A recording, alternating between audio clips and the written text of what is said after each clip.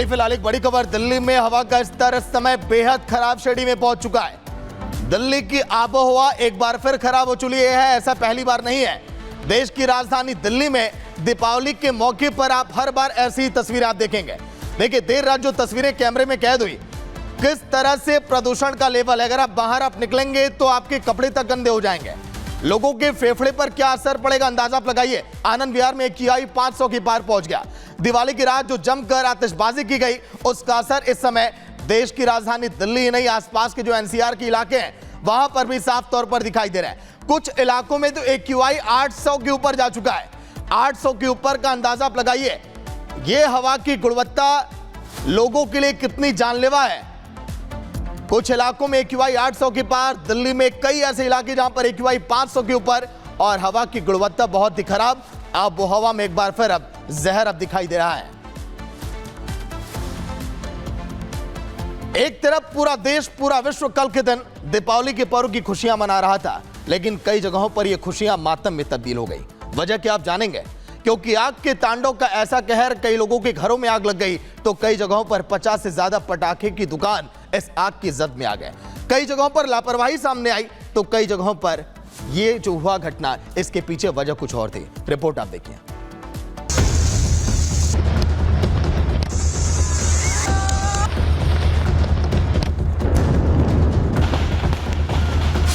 रोशनी और खुशियों का पर्व दीपावली, जहां एक तरफ लोग खुशियों और उल्लास से सराबोर होकर इस पर्व का आनंद ले रहे थे, तो वहीं दूसरी तरफ दीपावली के दिन कई जगहों से आग लगने की घटनाएं सामने आई। सबसे पहले बात करते हैं गाजियाबाद के इंदिरापुरम की। इंदिरापुरम के ज्ञानखंड 3 की एक बिल्डिंग में आग लग गई। मौके पर दमकल की टीमें पहुंची और आग बुझाने का काम किया गया।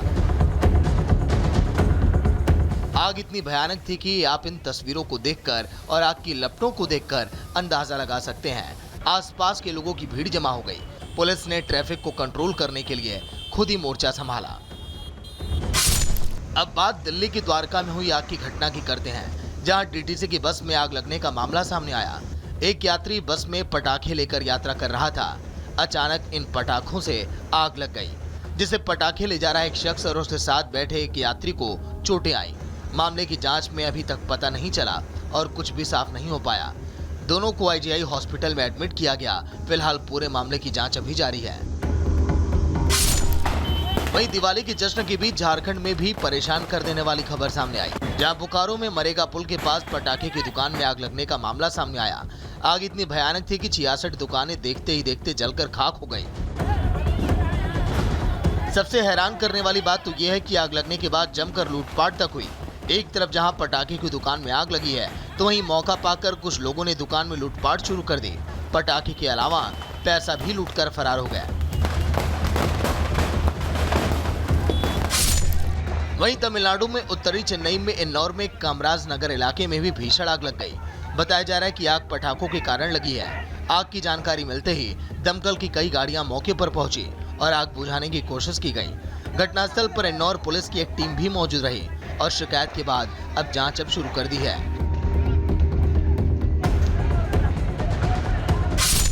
आंध्र प्रदेश के एलोरू जिले में बाइक पर प्याज बम लेकर जा रहे युवकों के साथ एक बड़ा हादसा हो गया। दो युवक एक थैली में प्याज बम लेकर जा रहे थे। जैसे उनकी बाइक की गली में पहुंची तो अचानक गड्ढा होने की वजह से उसमें गिर गई। इस दौरान बाइक पर बम से भरा एक थैला जमीन पर गिर गया और फट गया। इसके बाद पूरे इलाके में धुआं हो गया। वहीं घटनास्थल के पास खड़े 4 से 5 लोग विस्फोट में घायल हो गए। कुछ लोग जान बचाने के लिए भागे। हादसे का CCTV फुटेज फिलहाल वायरल हो रहा है।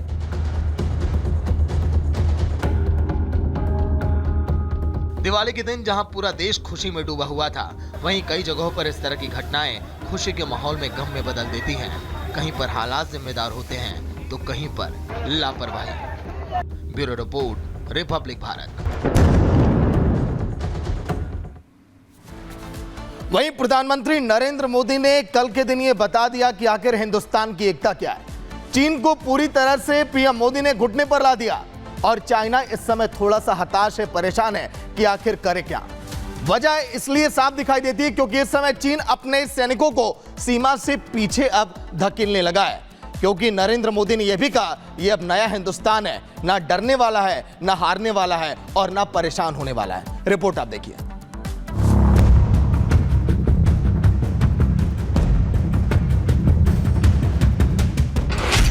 एलएसी पर ड्रैगन के तंबू कैसे उखड़े?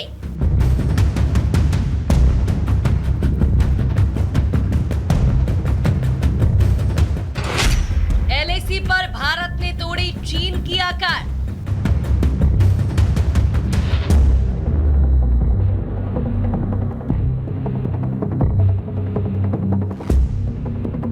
आज देश में एक ऐसी सरकार है जो देश की सीमा के 1 इंच से भी समझौता नहीं कर सकती। झुकता है चीन, झुकाने वाला चाहिए।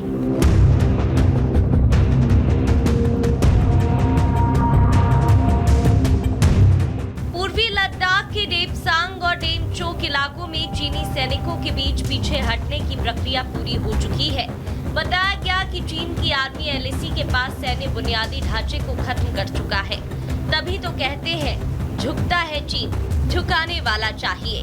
भारत ने घोषणा की थी कि उसने पूर्वी लद्दाख में एलएसी पर गश्त करने के लिए चीन के साथ समझौता कर लिया है, जो इस क्षेत्र में 4 साल से चल रहे सैन्य गतिरोध को समाप्त करने में एक बड़ी सफलता है। उसके बाद विदेश मंत्री एस जयशंकर और चीन के विदेश मंत्री के बीच अहम बैठक हुई। इस दौरान जयशंकर ने कहा एलएसी और समझौतों का सम्मान हो। Today we have reached where we have. There are 2 reasons for it. One, a very determined effort on our part to stand our ground and make our point. And the second is because actually in the last decade we have also improved our infrastructure. But I think the combination of all of this has led to where it is. When Prime Minister and President Xi met, at that time it was decided, okay, the foreign ministers will meet and the national security advisors will meet and see how this is to be taken forward. Bharat ने समय समय पर चीन के हर आक्रमण का मुंहतोड़ जवाब दिया है। चीन के छल को दिमाग और बाहुबल से पीछे खदेड़ दिया। कुछ ऐसा ही एक बार फिर हुआ। एलएसी पर आंख दिखाने वाले चीनी सैनिक आंख झुकाए पीछे हट चुके हैं। टेंट उखड़ चुके हैं। ड्रैगन की डर्टी अकड़ भी मिट्टी में मिल चुकी है। पहाड़ आप देख रहे हैं डेमचौक के बिल्कुल इसके पीछे, जहां पर भारत और चीन का बॉर्डर है, वहां से डिसएंगेजमेंट की शुरुआत हो चुकी है। 25 तारीख से यह शुरुआत यहां पर हुई थी और जिसमें खास बात यह है कि 2024 में देपसांग और डेमचौक ये दोनों ही पॉइंट जहां से इस वक्त लगातार सेनाएं पीछे हट रही हैं, चीन की तरफ से भी और भारत की तरफ से भी। लगातार इसी को लेकर जो सैन्य लेवल की बातचीत है वो एक के बाद एक चल रही थी। कई बड़ी मीटिंग्स हुई और आखिरकार इसका ऐलान किया गया कि दोनों ही देश इस बात पर सहमत हैं कि जो 2020 वाली स्थिति थी वहां पर एक बार फिर से वापस सेनाएं लौटेंगी और पेट्रोलिंग बारी बारी से यहां पर कर पाएंगी। भारत चीन बॉर्डर पर डेमसांग और डेमचोक में दोनों सैनिकों के पीछे हटने की प्रक्रिया बुधवार को पूरी हो गई। पेट्रोलिंग को लेकर जल्द ही ग्राउंड कमांडर के अधिकारियों के बीच बातचीत होगी।